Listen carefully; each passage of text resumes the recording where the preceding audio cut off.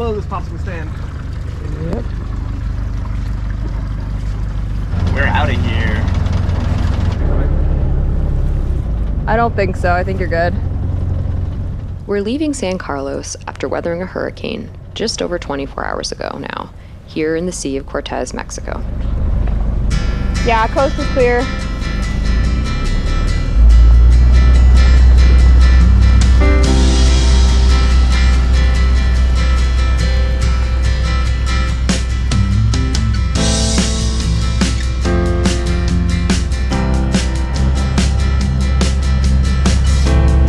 We out of here. Time to go. It's a cool place though, San Carlos. I liked it. We'll definitely be back. And they kept us safe, and that's a really important thing. Yeah. These big mountains, you can see the edge of this cliff as we're leaving. This particular one is basically what protected us from those gusts. A beautiful thing. Beautiful day. Yeah, it's like crystal clear after the storm passed through, huh? We stayed protected from the hurricane here on the east side of the sea, and now we're headed back west where we were before it came in, and further north to a new spot called the Bay of LA. It is a couple hours later. I was just talking on the phone with my mom for most of that time, so I didn't film anything. We just saw a sea lion, a big one. Also didn't get that on film.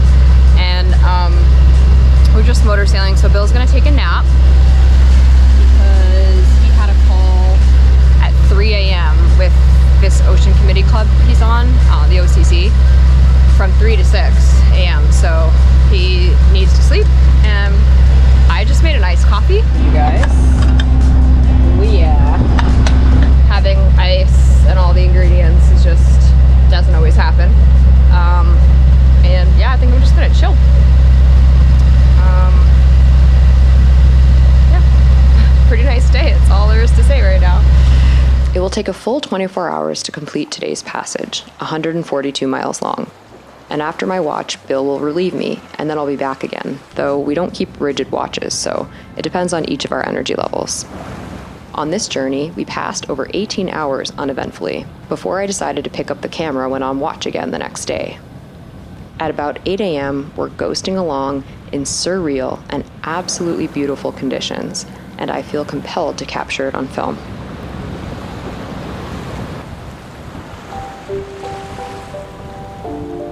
There's another reason I picked up the camera this morning, and that is the crazy current we're moving through. We've been through some extreme currents, but this ranks high on the intense current list in my experience. Calico Skies is moving in and out of tidal pools that are pushing our bow far off of our heading before we snap back again after a whole minute or more at times. On the chart, there are depth changes on both sides of us, and you can almost see exactly how the topography below us is generating these swirly tides.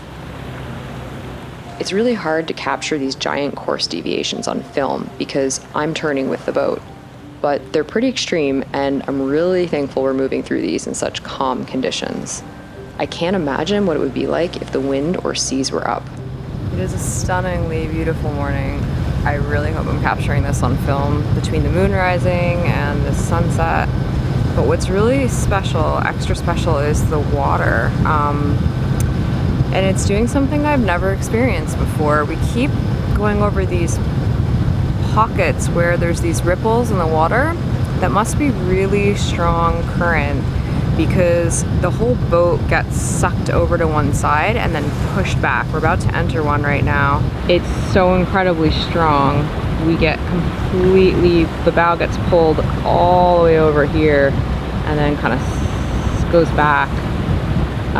And I've been adjusting our heading the whole time I've been on watch, but nothing to this extent where we get pulled like 20 degrees, 25 degrees, and then go back.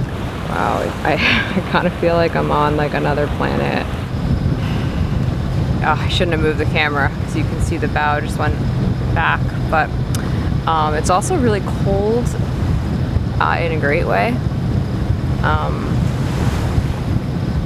So I'm really feeling that desert vibe of cold in the morning. It's really beautiful. Even though we're being helped by the engine, to me, this is passage making at its finest. It's hard to describe how peaceful it feels to be so alone in nature. It really feels like we're the only ones on the entire planet right now.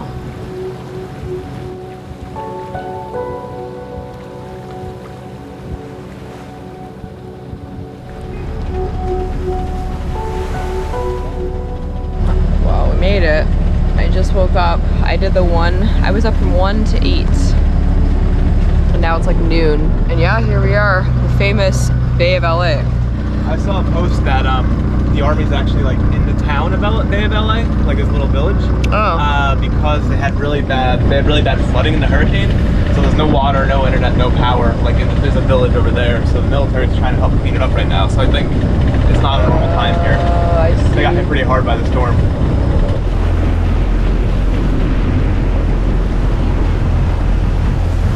Bye.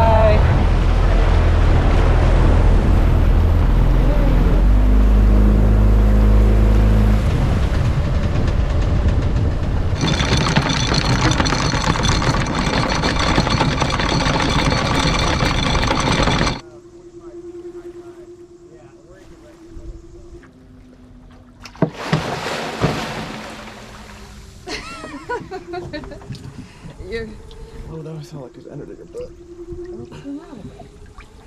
I was gonna swim to those rocks anyway.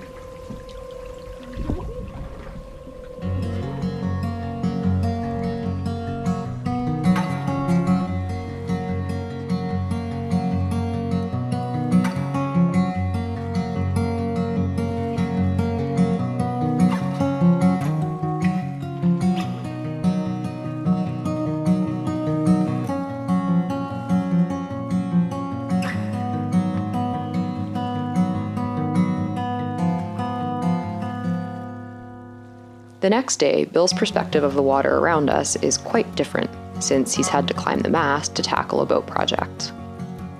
Our radar crapped out a couple of weeks ago, and it's been making overnight passages challenging, since it's one of the systems we depend on when we're sailing at night. We've really come to rely on it over the years, and we're hoping that some investigation will yield success, since replacing it is extremely costly. I went ahead and took the radar off the mast because I had a suspicion that every message I was getting was something to do with like this guy not spinning. The error code we got while on passage a few weeks ago is a zero bearing sensor fault, and the owner's manual says to contact Navico support. But an internet search suggests the error code may relate to a drive belt problem, which is why I suspect a broken belt could be the issue.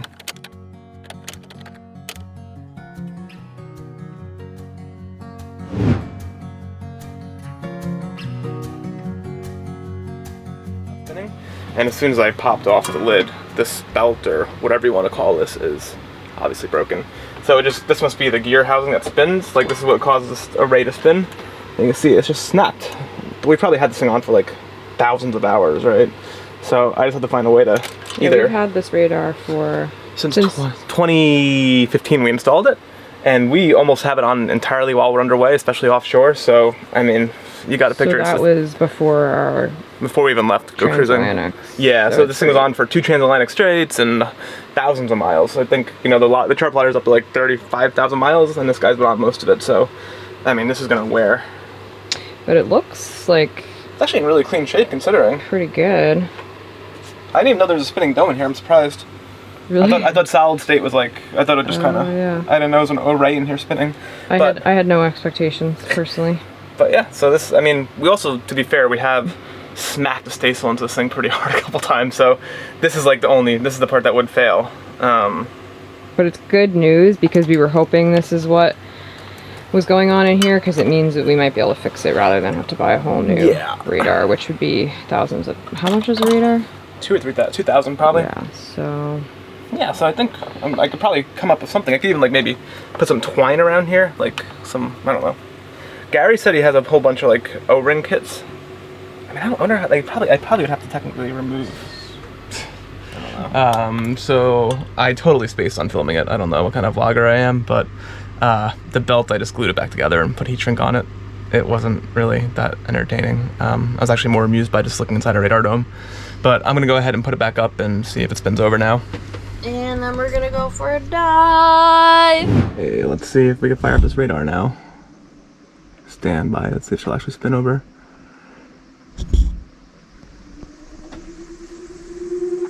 Yay! It works. Yep. No way. Fix the radar. Nice one. That's pretty good. That's awesome. I'll take that, you know? Yeah, it's like... $2,000. Exactly. Oh, you banana. I have banana on my chest. Not a pretty sight to see, the radar. It's crazy. Like, it was just that one little rubber belt. So all we did was super glue it back together, and then I put a little heat shrink on it to make it a little bit stronger this time. The bearing was super smooth inside there. I didn't see any other corrosion or anything like that, so I guess that was it. We'll see how we do like in a sea wakes. If, you know, I could tighten the belt a little bit, I guess, if I had to, but for now, we got it. We got one life in front of us. We got all the land. Yeah, so I'm happy. I'm pumped that's back. Later, we're out for that dive to explore our new spots underwater world. It feels great to be back in the water after first helping out on Delos, then riding out a hurricane. While we're out here for pleasure, we're also out here with another agenda: to catch a fish for dinner.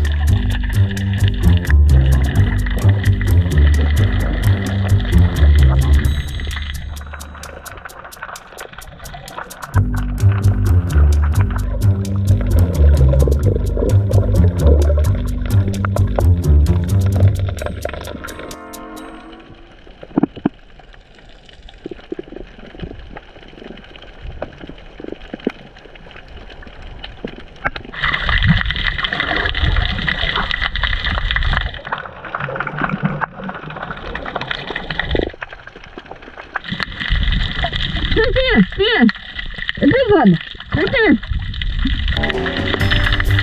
You see it?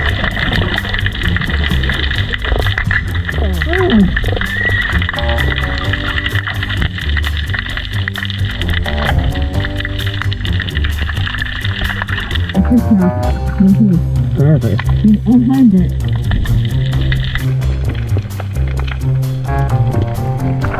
Oh wow! Another one, I missed the shot. That's a great size. Oh, I'm so excited for dinner. Here we go for like 500. And I was just getting really cold, so I'm glad you get it. Beautiful fish.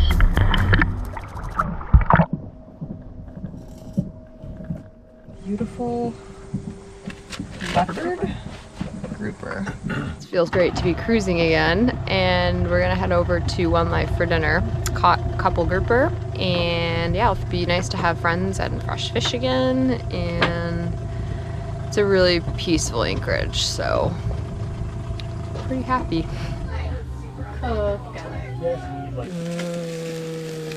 We're over on sailing vessel One Life to enjoy our fresh catch with some company. And we're really happy to be back to cruising life and our regular schedule again. Wow, the fish looks so good. So good. Nom nom nom. Good fish.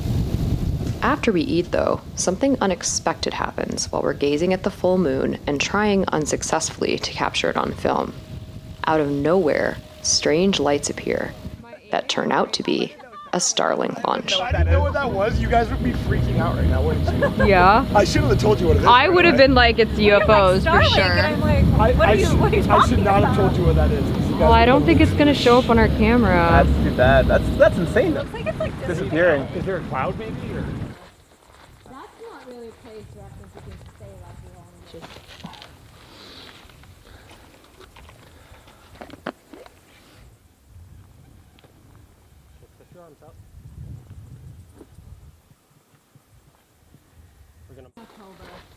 That's not really a place where I think you can stay like longer. I think I know. She was like, why am I in the hot fire today? I'm not doing this. It's not that hot right now, I don't think. I love these things though. They kind of remind me of like. What is that? They're pretty big prints. Yeah, right? What? And like the interns.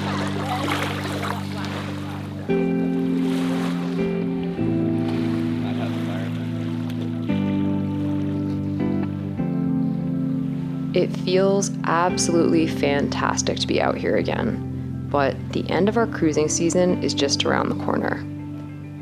Big changes are coming, and everything feels like it's happening quickly. very soon it will be time to say goodbye to the Sea of Cortez and begin the next chapter, which will look really different from this one.